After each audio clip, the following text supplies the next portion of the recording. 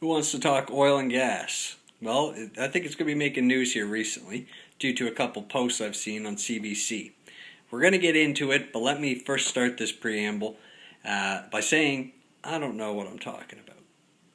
But I'm always open to learn, and I'm consistently gathering new information. Though I don't know everything, I do have a fair bit of information from different sides. So all I'm looking for is to see what other people think on it. Share your opinions down below, and send me a message if you can enlighten me on anything. But let's get down to it.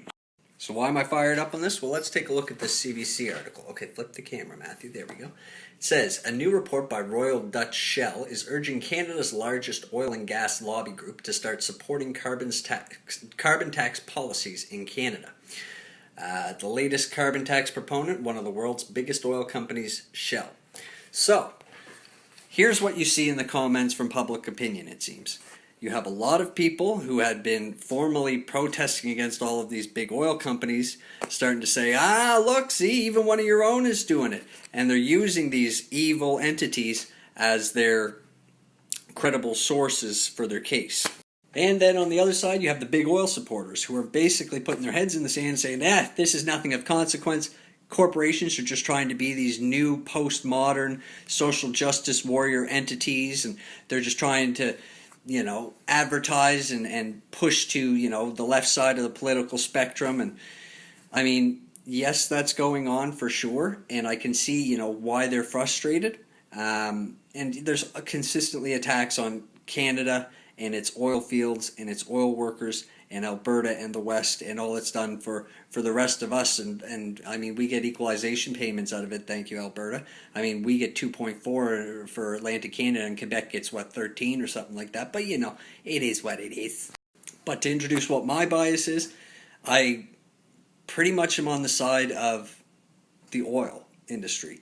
I think that Canadians do it better, safer, and more ethically wherever they mine. And right now, the world relies on it for everything, not just getting around in your car. And then if we're looking at, yes, there's a lot of pollution and everything going out there, but the real pollutants are these plastics that are being dumped by China and India into the sea. That's the fastest way to make people say, oh, he doesn't know what the fuck he's talking about. He's telling people to Google it, but, Google it.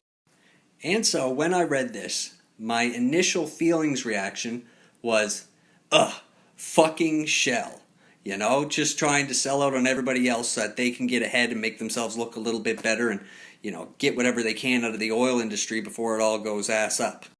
And there is a lot of companies out there that are basically just advertising campaigns that are ideologically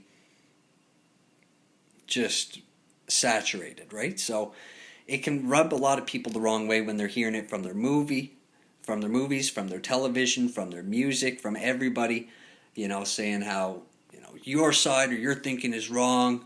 It's just, and then they say that you're brainwashed even though they're hearing it from all fucking ends.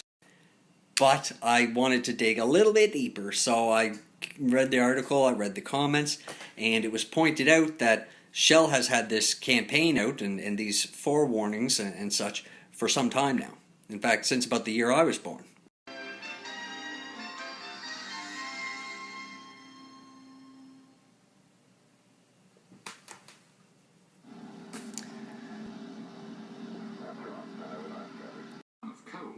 And you release up to 4 tons of carbon dioxide into the atmosphere. 50. The consumption of these fossil fuels has increased 100-fold.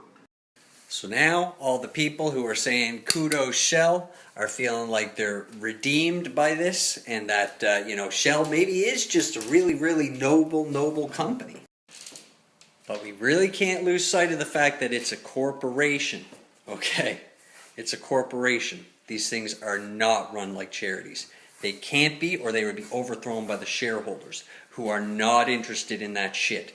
Alright, the Liberal caucus is not made up of these type of investors. So I started thinking, well, maybe I should dig a bit further, bearing this in mind. And I wasn't shocked to find that as of March 2018, that Dutch company Shell has basically fully divested from Canada.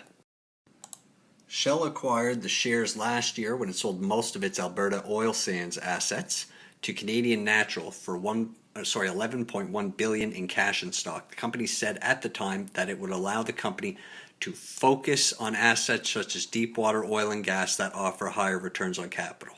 One, their mission statement why they did this was not because it's going to help the world, it's because it's going to give them more money to invest where they can make more money because it's about fucking money. And a company is not required to give you the specific details, if you're not a shareholder, of what their long-term plan is. And so they might say that they're freeing that money up for natural reserves and going into the sea to get the oils, but something tells me nah. Something tells me that this is why Shell has been around and so successful. Because they have made very long-term plans. They have been very wise about where the economy is going, and they're ready now and have pushed that button to start the big global dominoes to eliminate oil and gas as the main way that people get energy to cleaner sources. It hasn't been a possibility because it has been far too expensive, and a lot of these cleaner sources, such as like a wind power generator there, they actually require having like a backup lithium ion battery and stuff. And like when you start to research what it actually takes to get lithium ion and all that stuff out of the ground, anyways, it's obviously been a strategic plan for them for at least 25 to 30 years. So now that they have all of this extra assets freed up, they can start to invest in those areas that the market is soon going to shift to. And once a big player like Shell starts to do that, starts to spend money to lobbying groups and to try and convince the rest of the population, well, then other big players in the market are going to take note of that. And you don't want to be the last to act when stuff starts going over like that, or you'll be the person who holds the most assets of the most outdated and unused resource. So to recap, this is kind of how my feels have been playing out. First, I was kind of pissed off at Shell. Then I was giving Shell a little bit of a break, and then I thought, well, maybe Shell is on to something here. And then I started digging. Then I was just like, no, they're just crocodile shits like I thought. And then I started being angry at them again. But then I started to put the pieces together in my head and start to use a little bit of my intuition to say, well, how could this benefit the world? And when it comes down to it, the real reason that I support oil and gas is because of money, is because I see how rural Canadians have to get around. They can't afford to live in cities. They need to live farther out. They're the ones driving around a 2010 fourth owner Honda Civic that they can barely afford to get a new muffler on. Now they can barely afford the extra carbon taxes. And they're expected to get a $20,000, $30,000 electric car. Oh, but we'll give you $5,000 off. Well, $5,000 off is still way too much of an ask for these people, okay? They'd have to fucking put in a mortgage or something. It's just not reasonable at this current moment for us to make that change without punishing the people who are lowest on the food chain for getting well paid and farthest away from big centers. But I would quickly become one of the best and most vocal advocates for renewable type sources of energy when it becomes a reasonable and advantageous thing to the people suffering most. Oh, but Matthew, in 8 years, everybody will suffer because they won't be able to breathe. We'll be like China with our masks on because of all this carbon dioxide if we don't fix it now. Don't you think about the children? Hey guys, the world's a dynamic place and it can explode any second. And it has historically. When meteors strike into it, when forest fires light up, when you burn 1 hectare of forest, you burn as much as North America produces for their cars for a year. It's ridiculous. And there's still places all over the third world that's their practice for clearing up lands and stuff. Like the amount of pollutants that are coming into the atmosphere from our transporting ourselves around and our activities as Canadians. Yes, they have the biggest carbon footprint. Well, yeah, because we're fucking stupid as well. We have the biggest goddamn debt ratio. We pay $1.70 in debt for every dollar we make. So we got these stupid huge houses that we don't need. Anyways, hopefully I made my point why I'm a supporter of big oil now, why I would be a supporter of renewable energies when it gets to be better. And why I'm excited that it might be getting better is because if Shell does trigger this And we see the dominoes fall where people start to fall in line, people start really divesting from oil, it becomes far too economically disadvantageous for it, the exponential increase of technology and what that can allow for us and the cost reductions there catch up, and then we see that quick switch. It must be recent or close on the precipice if this is the kind of press releases we're seeing from huge oil gas companies like this. But I see it as a positive.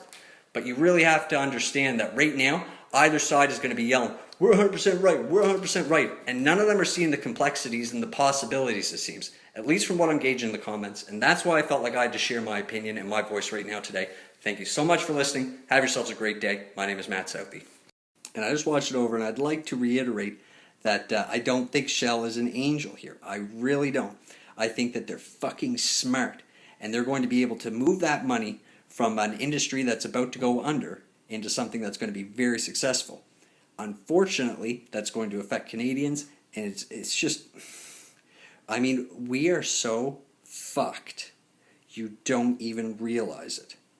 The amount of time that I spend looking at economics and learning about it, and bear markets and bull markets and recessions and looking back at history and different trends and trigger points, and by God, like, if you're paying into a lot of debt now and you're still thinking about buying new things, you're fucked.